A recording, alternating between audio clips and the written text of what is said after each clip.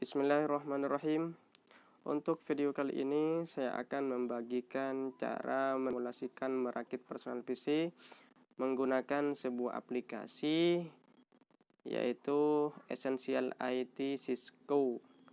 Nanti kalian bisa mendownload di internet, bisa menggunakan browser Google Chrome maupun browser yang lain. Jadi ini merupakan simulasi menggunakan aplikasi.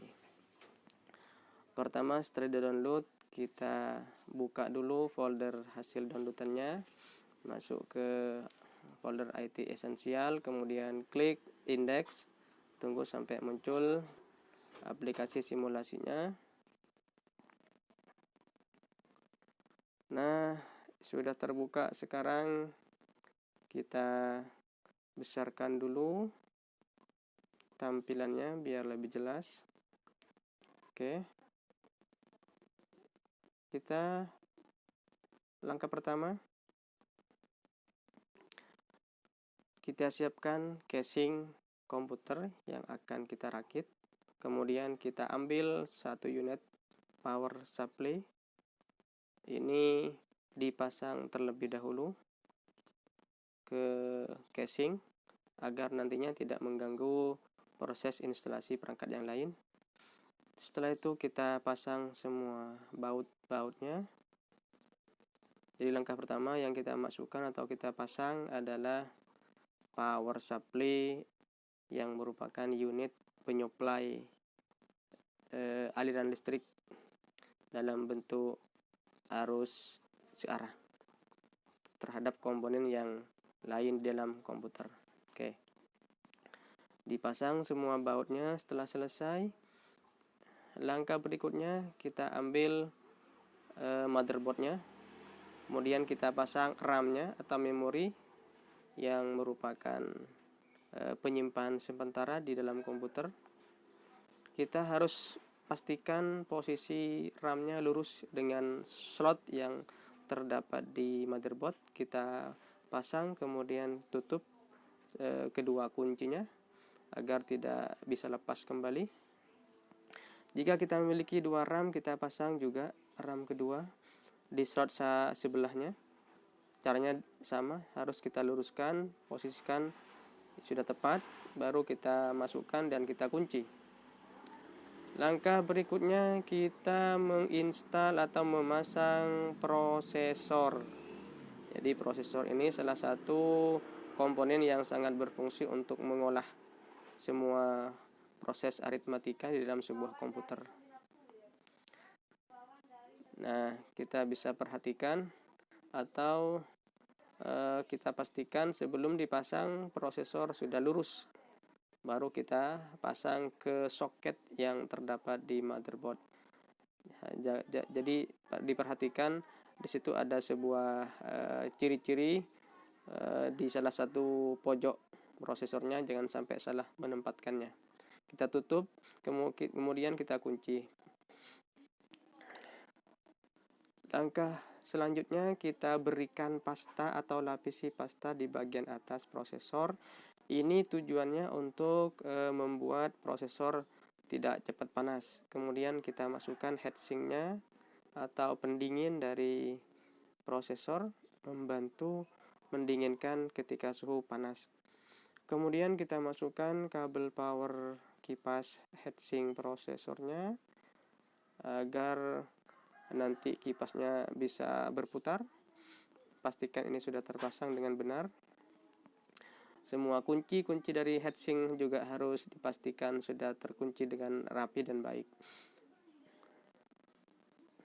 Baik, kemudian kita pasang motherboard ke dalam casing.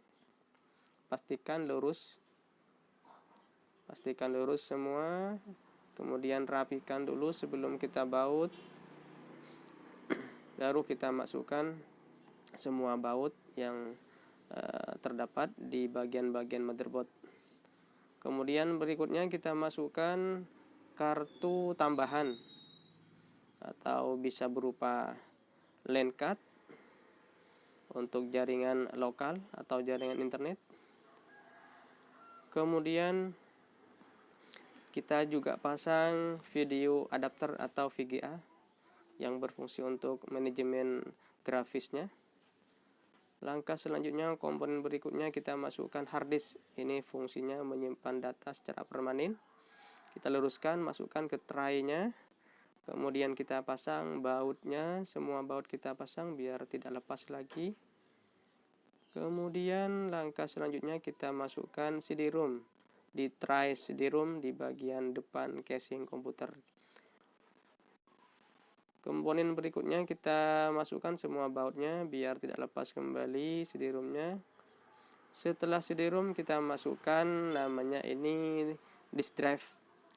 Tapi perangkat ini sudah jarang nggak dipakai karena sudah diganti dengan flash disk untuk sekarang. Jadi nggak dipakai lagi perangkat ini. Masukkan semua baut-bautnya biar tidak goyang lagi.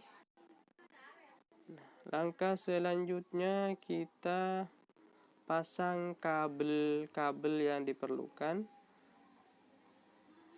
untuk perangkat-perangkat yang memerlukan power maupun data. Yang kabel pertama yang kita masukkan adalah kabel yang dari power supply terhadap motherboard. Ini ada 2 kabel yang 4 pin dimasukkan, jangan lupa. Kemudian yang 24 pin juga dimasukkan, yang dari power supply ke motherboard ini yang menyuplai energi listrik ke dalam semua komponen. Kemudian kabel untuk komponen hard disk maupun kabel-kabel untuk CD-ROM. Kita masukkan kabel datanya untuk hard disk, kemudian kabel power untuk CD-ROM. Jadi semuanya juga dimasukkan, baik itu CD-ROM maupun hard disk, kabel data sama kabel power sama-sama dicolokkan semua biar berfungsi dengan normal. Kemudian langkah selanjutnya kabel power untuk kipas yang terdapat di bagian belakang casing ini membantu sirkulasi udara. Kemudian kita masukkan juga kabel data untuk hard disk atau kabel data untuk CD-ROM. Kita masukkan. Ini tipenya IDE, kabel IDE untuk CD-ROM atau DVD-ROM. Dimasukkan juga kabel data untuk perangkat disk drive atau pengganti atau pemutar disket kalau di zaman dulu. Sekarang diganti dengan flash disk. Kita masukkan juga kabel SATA, kabel data untuk hard disk. Ini SATA jenisnya, bukan IDE. SATA dimasukkan dari motherboard ke hard disk. Pastikan jangan salah posisinya, karena kalau salah tidak akan masuk. Luruskan, kemudian kita tancapkan. Langkah berikutnya kita pastikan semua terpasang, kabel-kabelnya sudah terpasang semua, baik kabel data maupun kabel power. Baru kita tutup bagian penutup casingnya. Kita pasang juga baut-bautnya. Nah, semua dipasang, baru kita dicoba untuk menghubungkan CPU dihubungkan ke layar monitor. Ini kabel datanya. Kemudian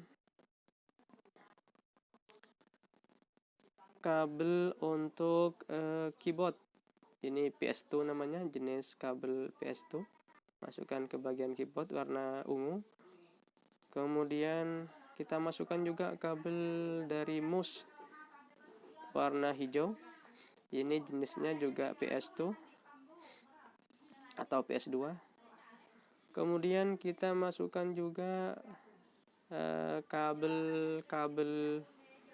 perangkat lainnya. Ini berupa kabel USB atau konektor USB, itu bisa ke printer maupun ke perangkat yang memerlukan USB.